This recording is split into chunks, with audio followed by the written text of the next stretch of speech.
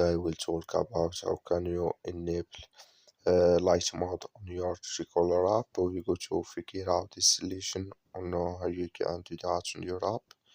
So you just follow this ways, then it's going to work with you. So all you have to do, so you just go here, you go above your virtual profile, click on it here. So then it's going to take you to this list. It's going to show for you like this here. Then all you have to do now, so you just go above this sign, click on it here. So then it's going to take you to this list. It's going to show for you like this here. You click here on general, click on it here. So then it's going to take you to this list. It's going to show for you like this. Then all you have to do now, you just go down here. You come here to this list appearance here. Come here to bright mode, just click on it.